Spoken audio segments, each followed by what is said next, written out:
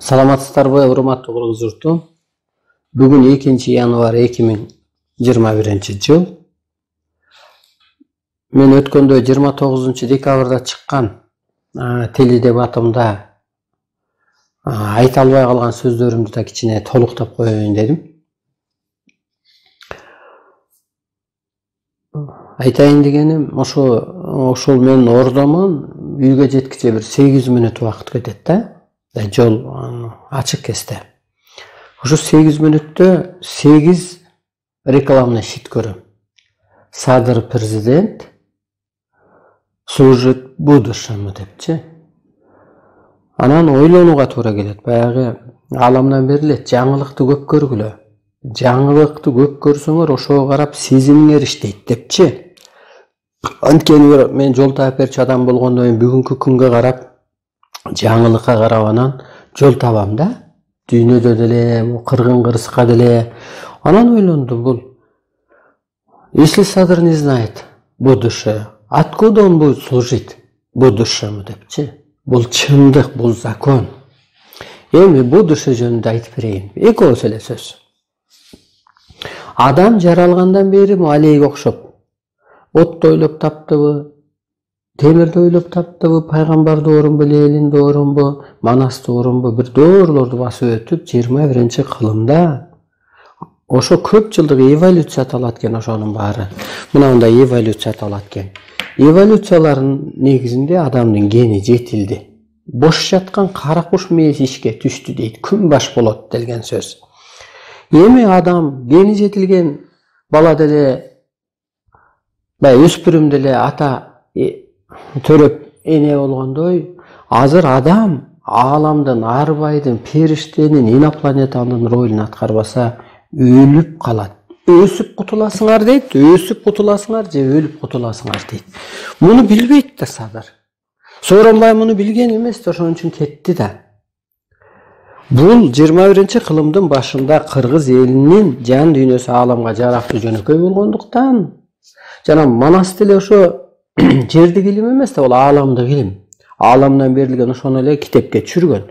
Ошол сыяктуу эле келечектин мыйзамын кыргыз элине берген.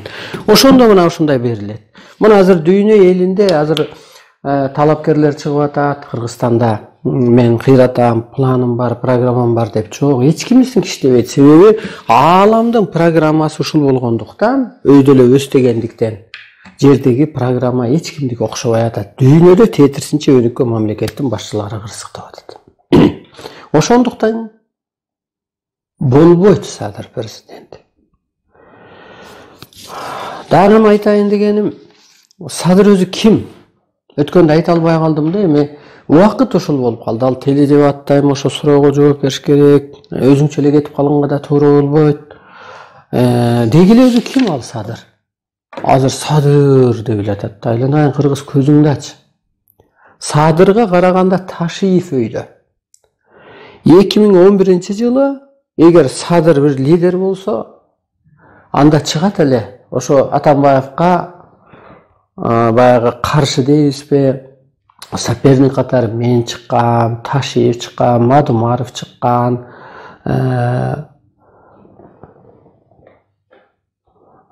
Кубанычбек Исабеков чыккан.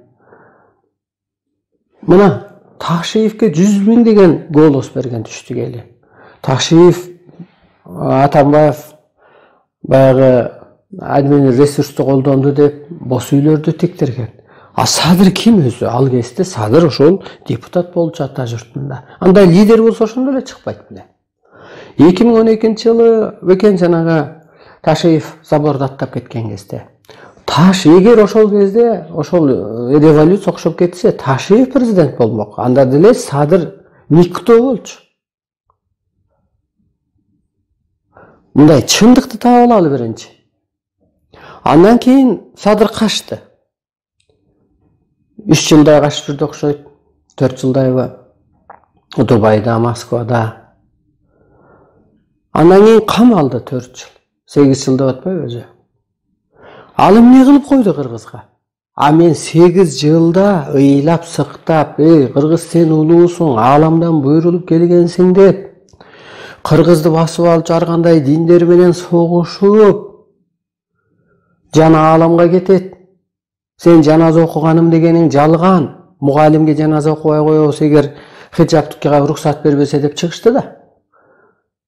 Жан деген аспанга кетет. Ал сагаз окуп коюшу мүмкүн. Мугалимден сен карараксың, мугалим өйдөрөөк.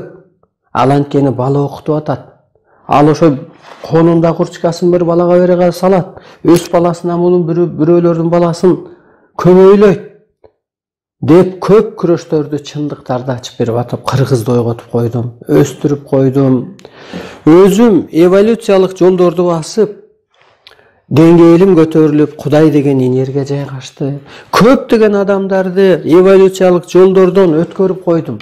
Ал эмне кылды? Мына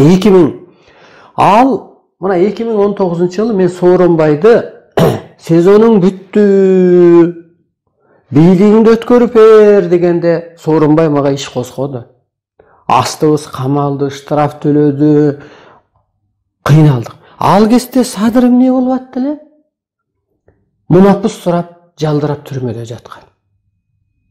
Мындай тактап алалы эмгек дегендичи, аалам эмгекти баалайт. Бул мен факты менен айтып атам, мен ушак айткан жокмун. Мына 2019-жылы октябрда чыккан революция. Садырды бошотсун деп чыккан эмес. Ага чейинки ошо мен чыктым 2019 октябрда. Жок, 2019 октябрда. Эмне болду? Андан кийин реакция деп чыкты. Райым Матраимов камалсын деп, жоопко тартылсын деп. Мына ошентип эл көтөрүлө баштады, ойгоно баштады. 2020-жылкы октябрда чыккан революция Садырды бошотсун деп чыккан эмес. Сооронбайга кетсин деп, Райым камалсын деп чыккан. Мейли Садыр 2012-ге чейин Акаев кесте депутат болуптур, Бакиев кесте комиссар коррупция болуптур. Ал коррупцияны баспай эле гүлдөп кеткен го.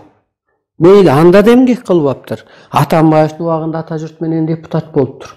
Эң кызыгы ошол деги эле башына жүн чыккандан бери депутат болуп келатат, саясатчы болуп келатат. Бийликтин 3 бутагын эмнегиче билбейт экен. Ошол силердин көрсөтүп аткан саясатчыңар айланайын. Кыргыз, көзүңдү ач кыргыз. Аны мектептин баласы билет. Мейли аны башкадан билбесин. Анда эмнеге ал депутат болуп жүрдү?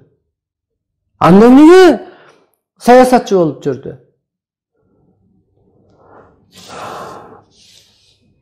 Мына ошентип мейли анда кызмат кылбаптыр. Анан Садыр деп бир 5-10 бала ошол жерден кыйкырды, пулга келген балдар. Эл деле мейли ушул эми мүмкүн оңдоп кетер деп күттү. Ал тетирсинче Матраимов менен Сооронбай Жээнбековду кароого алды. Эл талап кылган Сооронбайдын кетишин, Матраимовдун камалышын. Мекенчил партиясынын мекени кыргыз эли, кыргыз мамлекети болбой эле Райым менен эле Сооронбай Жээнбеков мекени болуп калды. Коргоду кадимкидей. Экисти берди. Ушул Жапаровдун элге кылган кызматы. Эми жетим тобуну берем дейт да. Ай Садыр көзүңдү ач. Жетимди кордобо, жетим жалгыз. Жетимдин башынан сыла дейт. Ал аты да жөн эмес. Мынабу ааламдан берилген китепте мынтип берилет. Ошо 2000-жылдан баштап кыргыз жергесине элине нур төгүлдү дейт. Жерине да нур төгүлдү. Эми кылып чет элдиктерге сатып пул табабыз десеңер, ошол кем байлыктар керек болсо ысык көлгө түшсөңөр, ошо жердин ээлери, пирлер, мазар ээси бар деп коет го. Чарпып коет, мамлекетте оору башталат, өзүн жоюлат, мамлекет жоюлуп кетти, коркунучуна келет дейт.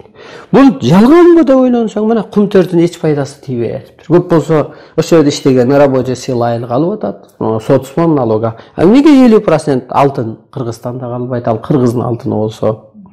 Инвестиция алып келебиз дейсиңер. Инвестициячы бирөө келип туруп эле урдап кетейин деп келет ал. Инвестордун кереги деле жок Кыргызга. Мына 7-9 сатам дейт. Сата албайсың эч кандай. Сен ааламдан күчтүү эмессиң. Мына ааламдын талабы гана иштеп атат бүгүнкү күндө. Андан кийин Улукбек Кочкоровго, Канат Исаевго жана башка саясатчыларга дагы салам айтып койгум келип атат. Улукбек Кочкоров, сен кече 2020 октябрь айында Мадумаров менен катар туруп Теледебатта биримдик партиясын жактап, мактап, колдоп, коштоп атпадың беле? Не болду бүгүн балапан болуп учуп чыктыңбы? Энең тыштап кетип. Соке тыштап кетип. Анан кут деген сайтым бар дейсиң. Сенин кутуң учуп кеткен. Сен калпычы жигитсиң. Анда мен менен кошо чыкпайсың, Сокенин сезону бүттү деп. Чындык орнош керек деп. Кыргыз дүйнөнү башкарыш керек деп. Канатса, сен кече эле намаз жумага бараттың эле го. Кече эле Сооронбайдын 3 бутагы биримдик Кыргызстан, мекеним Кыргызстан деген партиянын биринде бар айтып, баш бармагын көрсөткөн ким эле Кыргызга?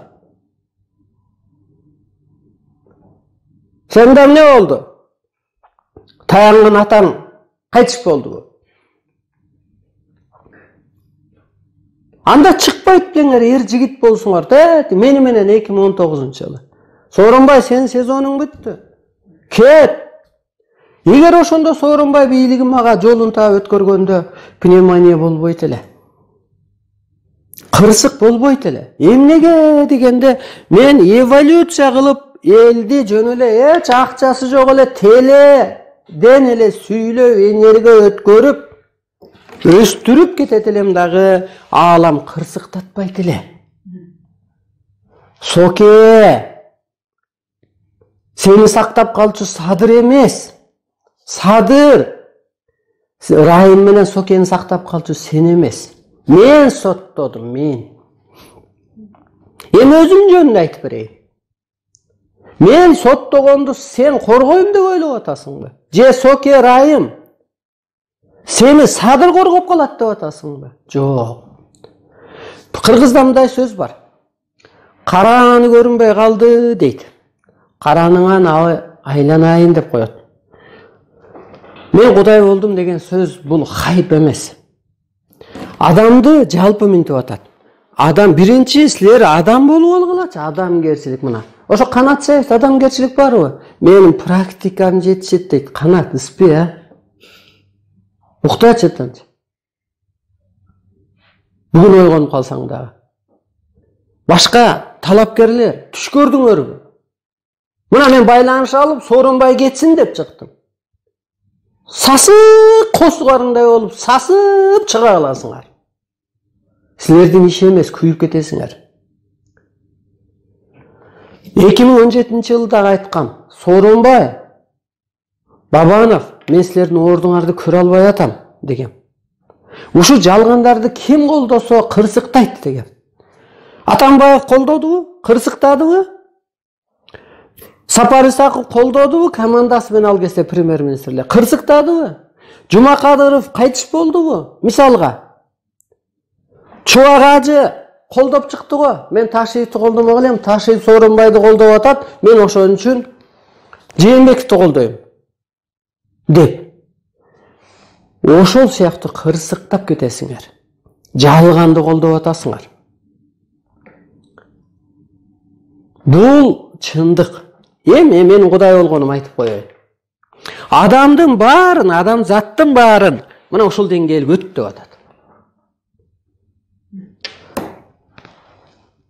Карааныңан айланайын дегендей мен көзүмө көрүнүш көрүнүп, мен теңир атаңмын деп Sen çoğun ağlam bol dedi. Бұл қандай деген сөз дегенде мына 7 қатар ağlam бар деп қояды қырғыз. Çoğun ağlam деген мына o Құдай çoğun энергия екен. Мына çoğun ağlam бол dedi. Ал бойынша дағы көп билдирүүлөр бар. Çoğun ağlam эмне кылыш керек. Анан ошол өзүмө сиңип кетти да мынтип койду. Көкө теңер ордуна отурду, көңүлү тынчыды деп эле. Анан мен 2-3 күн тили оостон калгандай болуп эле сүйлөй албай, ошону айта албай коркуп жүрдүм. Көрдүңүзбү? Ошол теңир энергиясы менен теңир Абдылдаевдин энергиясына ичине мындай телосуна киргени, анан 2020-жылдан баштап анан чоң бурулуш болот деп берилет бул китептерде. Ошон үчүн силердин энергияңар жок. Энергия дегенди мындай түшүндүрүп коеюн. Мына ошол караан болуп кирип кетти. Ал жан экен, жанагы албарысты бастады дегенде деле караан келет да. Ал алып баскан болот, бир энергия жайгашкан болот. Буга бир эки далил келтирип кетейин. Ыраазымын мен ошо Алай элине, Алай дагы ошол жөн жер эмес, Аксы элине ыраазымын. Жөн жер эмес экен. Алайдан Зүлфия Мамрасул деген чыккан 97-жылдары көзүн адам ата көрүнүп. Анан ошо Зүлфияга мындай деп атат. Адам ата көзүмө көрүндү дейт. Ба көрүнүш катары. Силер көрбөйсүңөр, ошон үчүн силерге жомоктогон. Кара адамга көрүнүш көрүнбөйт. Ошону эсиңерден чыгарбагыла. Ак адамга көрүнөт. Ал ак да, ал ак. Анан адам ата көрүнөт дагы, анан айтат. Могу 3 периштени сага жайгашат. Сен адамзат үчүн аян жазасың. Ошондо эле айтат. Сен жазып гана коесуң, муну дүйнөгө алып чыкчу, дүйнөнү башкаруучу адамды башка жакта даярдап атабыз деп. Анан кийин ал Баяман Эркинбаевдер чыгышат, ушу окшойт кыргыз деп калды деп. Анан мен барып калам, анан ошо кезде эле анан Арыстан Алайдын астына Путин жүгүнүп келип атат, баш бармагы жыртык экен, деши мына ошо Кудай Керимди аныктайт. Эми ошол кезге ошол аялга жанагы караан дегендей периштенин карааны жайгашкандай анан жазып калат. Энергия деген ушул. Сен кара болсоң, жаман сөз сүйлөсөң, пендечиликти кылсаң, жеке кызыкчылыгың болсо, ичиңдеги периште баары качып кетет. Бул аалам үчүн, чындык үчүн гана кылган кызмат кылган адамга гана бул жайгашат, түбөлүк жайгашат. Ошондо ал адам жашарат, нурданат, жана өлбөстүк болот десем таң калып атпайсыңарбы? Ал таң калыштуу эмес. Ал энергия жайгашкандан эртең кайра 5 жылдан же 10 жылдан Кудай кетип калбайт да. Мен мына ошол кийгенден бери тамак ичпейм. Нан жебейм, камыр жебейм, картошка жебейм. Бул эми чындык жашоо дешет. Нурданып атам, агарып атам мен. Көрдүңүзбү? Жашарса болот экен. Ошол сымал мына периште кийгени Зүлфия жазып калды. Дагы бир ошо мисал келтирейин. Аксыдан Эргешбай Ажыбаев деген аксакал бар. Ошо кишини Чештөбөгө алып бардым. Ада алам менен байланышат. Анан өз көзүм менен көрдүм. Барды ошо Чештөбөдө, Чештөбө ушул жерге келеле, бул жерге деп эле кулап калды. Кармагыча эле кулап калды баягы. Обморок кетти дегенде. Анан дем алып жатып 5 мүнөттөн эле жазып калды. Ошо жердин энергиясы жана карааны касиети ошо кишини кие калат экен деп жазат экен. Ошол сыяктуу мени да Кудай энергиясы кийген. Айнан урматтуу боло журтум. Арсыналган Кудай эмес, анан биз деле адам. Сен эмнени көрөсүң, эмнени билесиң? Же аламдан маалыматың болбосо, же аң сезимиң өйдө болбосо, кимиң болсоң дагы. Мен Кудаймын деген, Арсылайдын Кудаймын деген жакпайт дейт көп адам. Жакпаса жакпасын, мен Сооронбайды кет дедимби, талабым аткарбайбы, Кудай катары мен шыпырып кое берем. Дүйнө жактырбайбы? Менин талабымды Америка аткарбадыбы? Табиатты карап кал десем. Орус эли адамзатты карап болбосун. Мен талкалап кете берем, мен кызматымды аткара берем. Сооронбайдын сезону бүтөт, өзүң президент болосуң да дейт 2018-жылы. 2 жылдан кийин дейби, же 2020 дейби. Анан мен айтып атам, ага чейин элчи дабай калат го. Чын эле элчи дабай калдыбы кайнап? Сооронбай кеттиби? Анан ааламдык мыйзам кетирип, аны кетирип эле анан дабир андан өткөн дабир дөпүрөстөп келип коюп койбойт. Ушуну эсиңерден чыгарбагыла. Анда тура бербейт беле. Жапаровдон Сооронбай Жээнбеков ал камалган эмес. Ал жуликтерди түрмөдөн чыгарган эмес. Ал баш мыйзамды өзгөрткөн эмес. Ал жер жетим тоону саткан эмес. Анда ал тура бербейт беле ага караганда. Ошон үчүн болбойт Садыр Жапаров деп айтып атканым ошол. Ааламдык мыйзамды билбесе, ак болбосо, камалып жаткан адамда, кысылган адамда кайсы энергия болот? Мозгусу катып калат. Кысылып болот да, нервиштетет, эмоция да болот. Жапаровго караганда Бабанов оңураак, галстукка муунбайт ал. Ал байыраак, агыраак.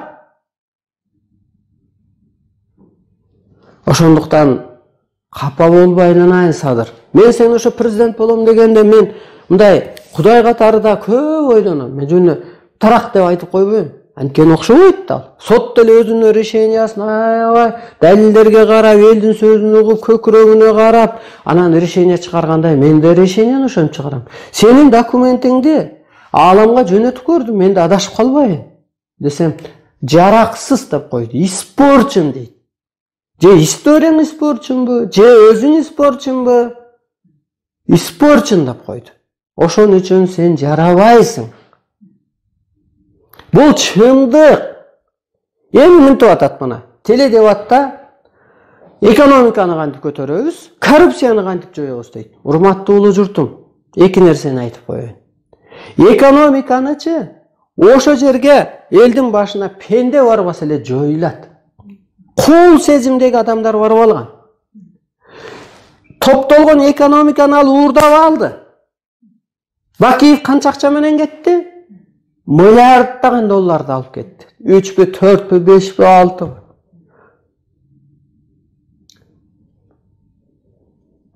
Коррупция качан жоюлат дейт.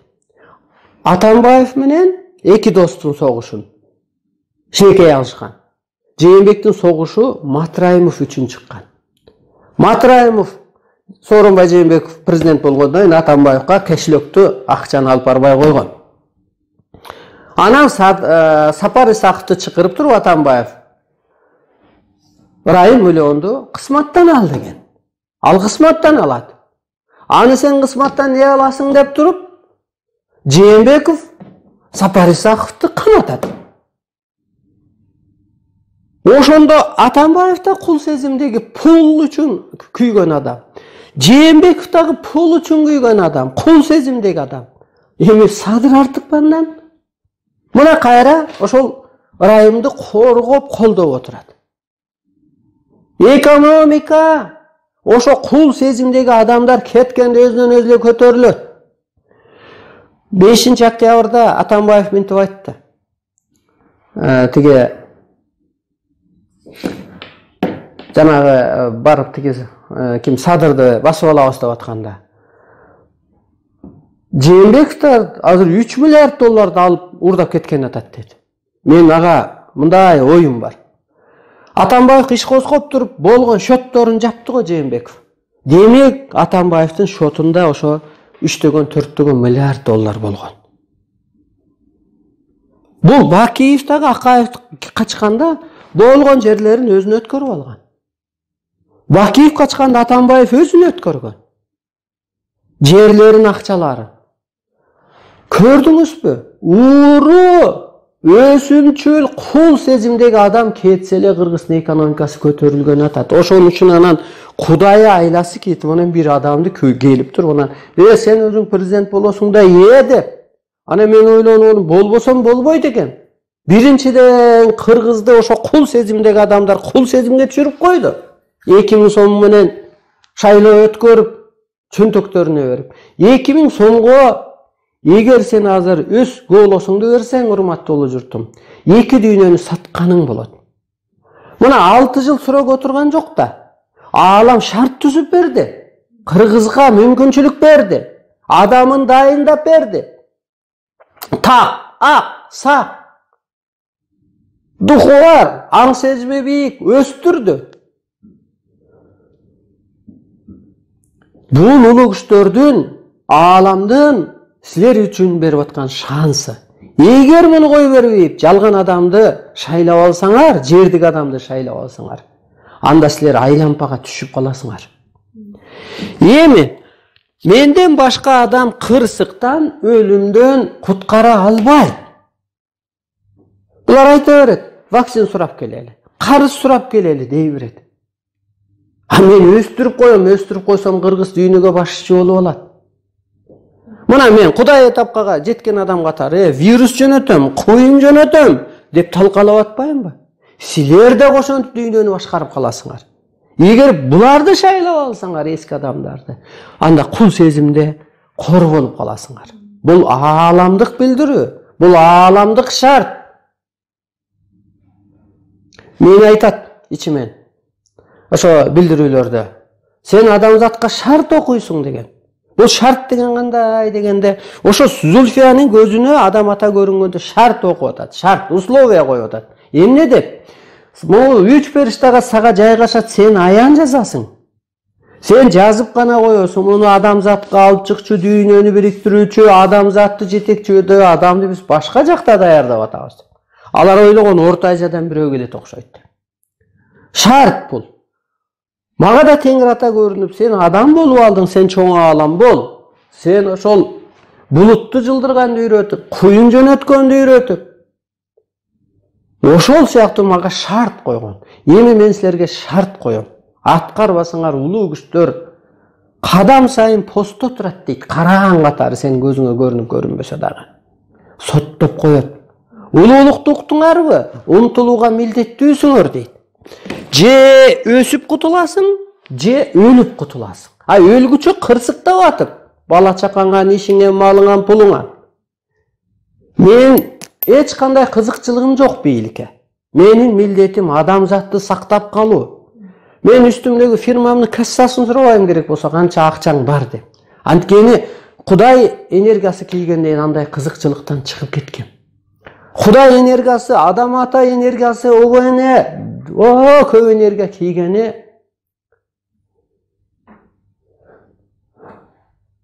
Ошо энергия кийген үчүн мен жалган сүйлөбөйм да. Ошол энергия кийген үчүн мен кошомат кылбайм да. Силер эмнеге кырсыктап атасыңар? Силер чындыкча жашабай атасыңар. Мындай чынык адамча, улуу эски адамдардай, мына арбайлардай. Ошол үчүн чыныгы күчтөр сиздерди жазалап атат. Бир гана шартыңар бар, аалам чындык. Жаныңар асмандан келет, асманга кетет, бул чындык. Ошо ааламдай, демек ааламдан бир нерсе келсе, мына кар деле жерге түшөт, жамгыр деле жерге түшөт, бир кызматка түшөт. Жер көгөрбөйт эгер жамгыр болбосо, тоонун баштары. Суу жетпейт аякта, жердик суу. Көрдүңүзбү кызматка келет. Могу туман түшкөнү да жакшы, ошо менен кошо энергия түшөт. Ошол сыяктуу көрдүңүзбү? Ааламдын жердик кызматы. Ошол сыяктуу сиз дагы улуусуз, жаратуучусуз. Сенин таныңды кийип жан келбесе, сенин жаның асманда дух, арбай болуп башкарып турмак. Ошол сыяктуу сен тирүү арбай, тирүү дух катары ошол сыпатка өткөрүп, чындыкты сүйлөп, чындык үчүн күрөшүп, чындыкты курсаң гана сакталып каласың.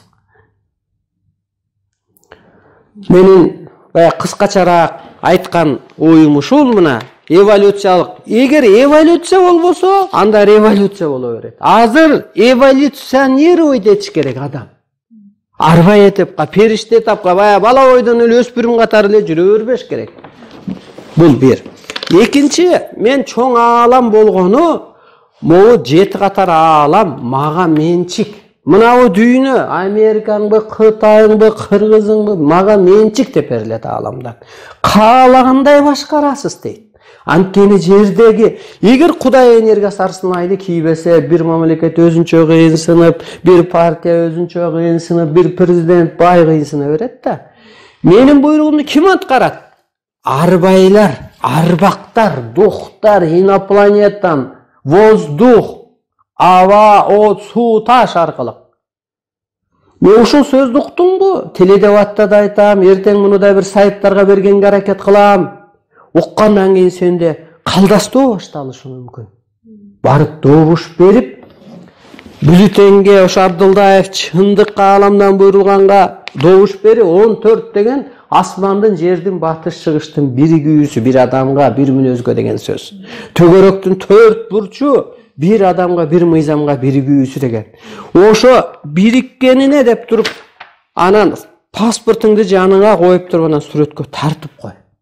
Бул эртең кырсыгып баратканда мынтесиң, "Эй, мына менин далилим" дейт. Айт асманга, ааламга, арбайларга. Мен чындык үчүн голосумду бербедимби? Эми сактагыла, мени чыныгы жолго салгыла, чыныгы кызматыма буйругула. Мен коштоштум пендечилик жашоо менен. Кызматымды кылайын деген документиң болот. Бул менин шартым, бул ааламдын шарты.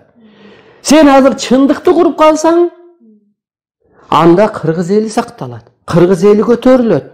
Менин каалоом эле эмес бул. Могу ата тегиңдин арбагы дагы, ошо Аллаң дагы, Кудай Теңириң дагы өс деп атат, өйдөлө деп атат, мыйзамын берип атат. Мына мыйзам болбосо жөн жазылбайт да, Кудайдын буйругу жок, куурайдын башы сынбайт дейт.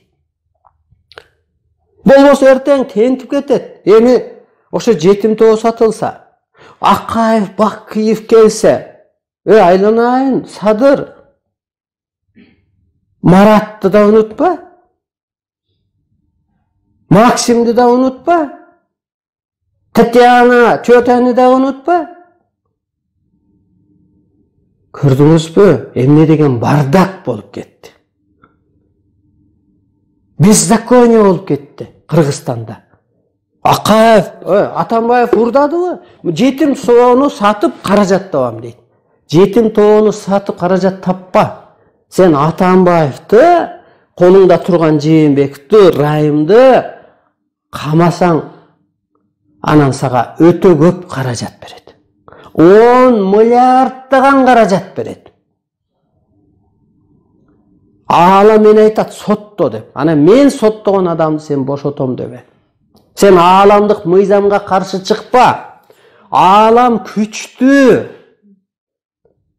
Сенин бийликтен эч багың жок, Садыр. Бийлик сеники эмес. Могу арбайлар бала чакасын ишенген, өстөрү даярдаган адамга берет. Анткени бул ааламдык жашоо башталды 2020-жылдан баштап. Жердик бир мыйзам иштебей атат дүйнө элинде. Ошон үчүн көзүңдү ач. Соттолуп кетесиң. Ачыктан. Элди жеди, мейли Атамбаев, Сапар Исаков жеди. Карыз кылды Кыргызда. Анан бир адам келди, мен кечирим берип коем да. Сен кимсиң кечирим бергидей? Кудай энергиясы кийген, мен соттогом. Айтканымга Атамбаев элдин астына жооп берет. Ал ат башта бир Белый деген бала бар, ошону атуу кайдап атыптыр.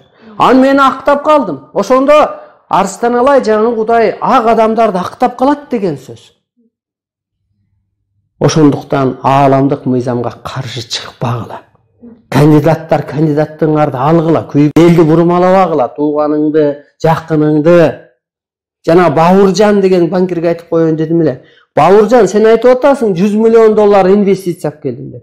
Сен $100 миллион алып келип туруп, элге чачып, кредитке отургузуп, сен Кыргыздын душманысың. Мен сени соем. Банктар жоюлат, анан байлар жоюлат. 2017-жылы чакырыптыр мени Бабановдун жээни, кыйын умный Жаныбек деген.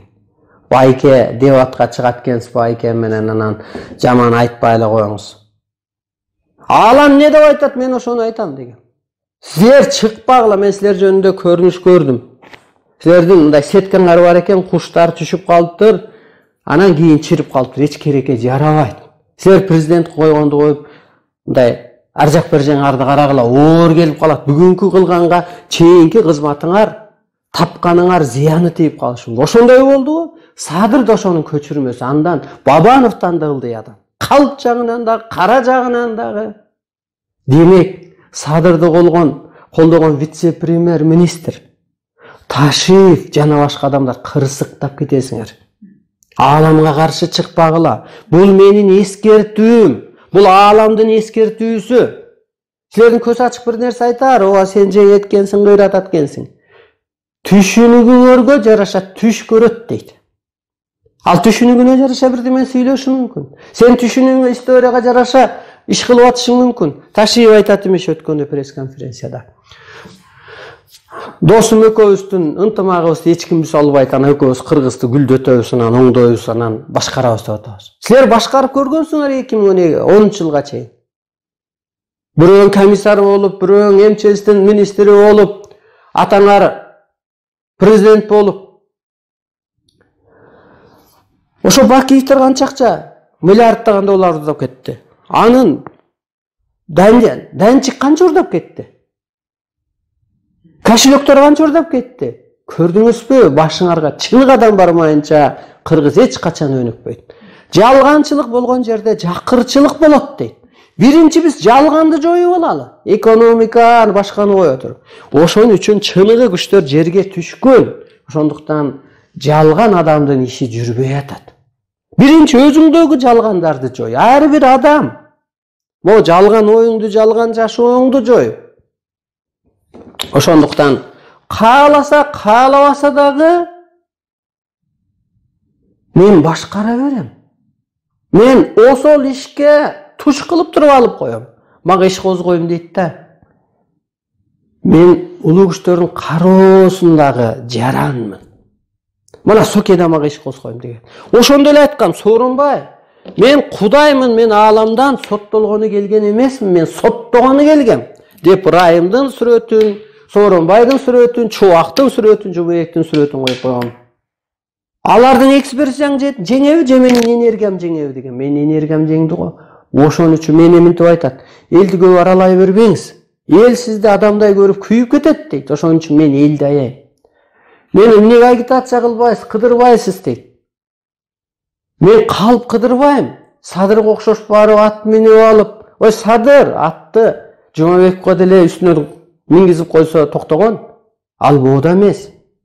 Эгер сени бир осужденныйлар ошо жакта тосуп алган болсо, мен айтат элем, Садыр жакшы иш кылыптыр. Түрмөдө ошол жигиттерди баккан окшойт. Ошолор тосуп алды дейт элем. Таластан сени ким тосуп алды? Таң каласың. Садык шер деген чыкты эле. Мен аябай сыйым чоң эле, ошо айтышты көтөрмөлөгөн, мындай жүргөн турганы деле. Айнанайын Садык аке, шериңди өчүрүп салчы, Садык бойдонда калчы, же Садыр болуп алчы бирөтө эле. Сенин балдарың тосуп алдыбы? Жанагы улуу адам өлгөндө кийимин таратат. Илгери таратчу эле. Анан мен ошону ырым кылам. Кээ бир адамдардын сурайм, берчи бир кийимин. Бир башыма кийип коеюн деп. Ансыганда айланайын, ары жок Кыргыз Садыр деген футболканы кийип алдым. Садыр сенин пириңби? Эртең Садырга окшоп калсаңчы, тагдырың алдамчы, калпычы, кара, камалган. Кийбегиле андай нерсени. Жолобогула. Биз бала кезде энелерибиз айтчу, түрмөдөн келген баландарга кошулбагыла. Жаман адам деп. Ана биз алыс качып басчу элек мындай. Сүйлөшпөй. Ал жолдон чыккан адам деп. Кийип ал ошо футболканы. Футболист дегенге футболкасын сатып алат аукционго. Ал чемпион. Ал мамлекеттин баркын чыгарган. Айланайын Кыргыз, кайда түштүң? Ошон үчүн анан Кудай энергиясы кийип анан чындыкты көзүнө. Мен сүйлөгөн жок, мен ичимдеги күч сүйлөйт. Менин оозум жөн эле аткаруучу. Менин духум жөн эле аткаруучу. Ошон үчүн анан Арстан Алайдын ою, сөзү, көзү закон болду деген ошол. Райым боюнча айтып коеюн. Ноябрь айында, ошо 2020 жылы, Райымдын бир баласы менен кызы мага келип алды. Бир 25 жаштардагы кызы бар экен. Андан кичүүрөөк бир 20 22 билбейм андай бала чакасы бар. Ал эмне деген сөз дегенде, энергиясы өтүп кетти деген сөз. Аны да биз айтып койдук элеби? Жан Кудай энергиясын алып койду деп. Андан кийин эле жанагы Американын посольствосы күчтөп чыкты. Санкция салды. Ана муну айткыла, азыркы бийлик Райымды колдобой атабыз деп. Руслан Казакбаев эмне деп чыкты Американын посольу сүйлөгөндө? Райым менен талабын талашып чыкты. Ички иштерибизге киргизишкенге болбойт деп. Ошондуктан мага мындай көрсөтүп койгон, ошо адамзатты сентидей көрсөтүп койгон. Мен такандын жарымынан келет экен. Ошондуктан силердин аң сезимиңер, энергияңар ушунчалык ылдый. Бийликтегилерде эккесе карарган деп берилет ааламдан. Болгон эле дем күчү, байлыгы, бийлиги. А карапайым элде касиет бар, азыраак болсо дейт. Ошон үчүн бийликтегилер байлар, эскилер сасыктар. Биз бала кезде күчүгүм, алтыным секет болоюн деп эркелетчү эле. Канат кайтайын дедим эле. Канатсев, сени Шаки Абдыкеримов бир күчүгүм деп эркелеттиби? Күчүгү болуп жүрдүң. Сен лидер эмессиң өзүчү. Республика партиясы менен аралашып келе калдың, Кыргызстан партиясы менен аралашып келе калдың. Кийин Асылбектин сени бир Асылбек күчүгүм дедиби? Мен жөн эле камалып калгам дейсиң. Сен бийликти басып алайын дегенде Атамбаев камаган, ярый балдарга акча таратып баштаганда. Анан ойлосом, анан күчүктөрдү карасам, ак болот экен ал. Жаман ой болбойт экен. Силер дөбөткө окшоп калдыңарбы дейм. Ушунча кирдеп. Ат жабышка деле карганаттарды салбайт. Алар жеңбейт, алар чыкпайт. Ошондуктан алып койгулачы. Биринчиден кырсыктап кетесиңер, экинчиден жана Садырда айтып атканым ошо да, сен үчүн кандай чүрөкдөй чырактай балдар соттолуп кетти. Анын үй бүлөсү не болду 3 жыл, 4 жыл түрмөдө отурганда? Анын эмоциясычы, психологиясычы? Ошо сыяктуу аалам астында жакындарыңарды кырсыктатып албагыла, ааламдын каалоосу башка. Ташиев, асманда дос жок. Сен жаңылышып атасың. Ааламда бир тууган да жок. Мына мен бир туугандарым менен катышпа. Анткени мен ошо деңгээлге жеткени өстөрүнөн касяк болуп эле алыстап кеткен. Мен дос да жок. Кудайда дос болобу? Менде бай деген же бийликте да досум жок. Анткени мен жазалайм. Мен эч кимге карабайм. Мен о дүйнөгө узатып койгонго дагы укугум бар, милдеттүүмүн. Ошондуктан ааламдык мыйзам гана иштейт. Элиңерди, жакыныңарды кырсыктатып албагыла, кандидатураңарды алгыла. Осол ишке туш болуп, уят болуп каласыңар акырында. Мурункуда да айттым эле 2017 жылы дагы. Ордуңар жок деп. Мына орду жок болдубу? Ошондо эле айттым эле кырсыктайсыңар деп, кырсыктады. Мадымаров боюнча да бир экөө сөз айтып коеюн. Мадымаров ааламдан кара деп койгон. Кыска эле. Аны эми өзү эл бааласын.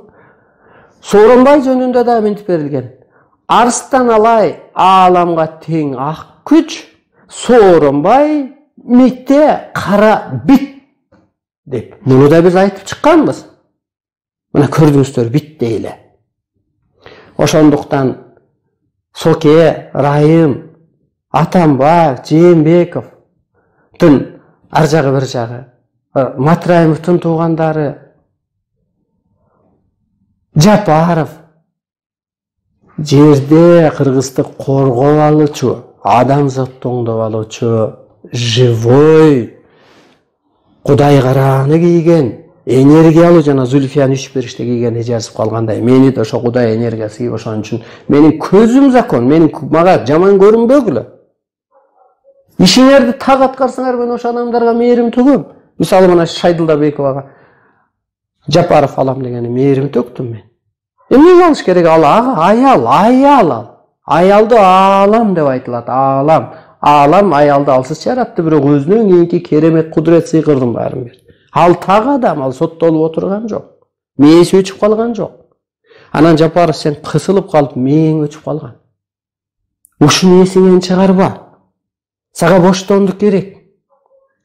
Боштондук, Кыргызга биринчи боштондук, экинчи улуулук, үчүнчү өлбөстүк, ушундай закондор бар. Ошондуктан урматтуу улуу журтум, айтып койдум, бул менин милдетим. Кабыл алуу, элге жеткирүү, талкуулоо, бул ар бир адамдын парзы, милдети деп берилет ааламдан.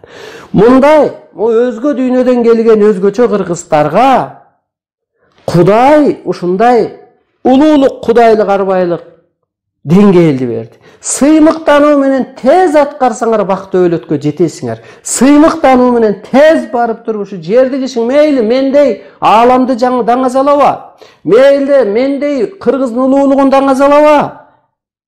Ал өтө оор иш. Жок дегенде барып туруп ошол 4 дүйнөнүн бир киши 14кө ааламдан бөлүнгөн адамга голосуңду бербесең, ар бир адамдын асманда ата теги бар. Өздөрү кырсыктатат. Аалам деселер бир Аллах деп эле тектеп болуп атат. Аллах баарыбызга күбө. Аллах келсе бир үй бүлө менен эле кечке кирип кетпейби, андай балаң мындай, андай мындай деп атып эле арбас берип атат. Жок, Алланын сенин барың жок экенин жөнүндө дагы билбек керек болсо. Алладан кийинки ата теги арбай Алланын астында адамзат бала чакасы үчүн жоопкер. Бул Алланын, Теңирдин, жаңы Кудай, эски Кудайдын буйругун мына күчтөр аткарат. Эгер сен ушу чындыкка кошулбасаң, жазаланып кетесиң, кырсыктап кетесиң.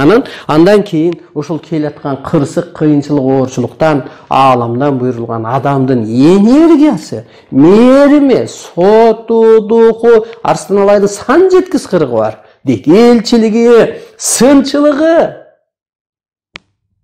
Бир гана Арстан Алай силерди улуулукка өткөрүп, эволюционировать этип, арбай периштеге калыптандырып дүйнөгө башчы кыла алат. Бар болуңуздар.